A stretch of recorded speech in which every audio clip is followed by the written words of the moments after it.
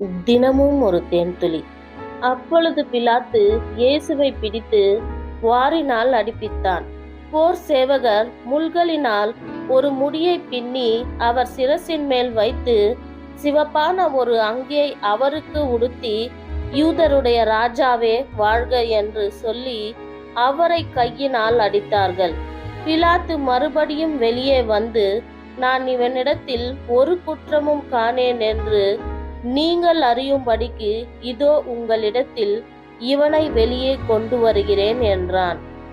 இயேசு முள்முடியும் சிவப்பு அங்கியையும் தரித்தவாறு வெளியே வந்தார்.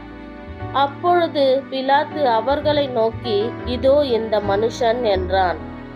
பிரதான ஆசாரியரும் சேவகரும் அவரை கண்டபோது, சிலுவையில் அறையும், சிலுவையில் அறையும் என்று சத்தமிட்டார்கள். அதற்கு பிலாத்து, நீங்களே இவனை கொண்டு போய் சிலுவையில் அறையுங்கள், நான் இவனிடத்தில் ஒரு குற்றமும் காணேன் என்றான். யூதர்கள் அவனுக்கு பிரதியுத்தரமாக, எங்களுக்கு ஒரு நியாய பிரமாணம் உண்டு, இவன் தன்னை தேவனுடைய குமாரன் என்று சொன்னபடியினால் இந்த நியாய பிரமாணத்தின்படியே இவன் சாக வேண்டும் என்றார்கள். பிலாத்து இந்த வார்த்தையை கேட்ட பொழுது அதிகமாய் பயந்து மறுபடியும் அரண்மனைக்குள் போய் இயேசுவை நோக்கி, நீ எங்கே இருந்து வந்தவன் என்றான். அதற்கு இயேசு மாறுதாரம் ஒன்றும் சொல்லவில்லை. அப்பொழுது பிலாத்து, நீ என்னிடத்தில் பேசுகிறதில்லையா?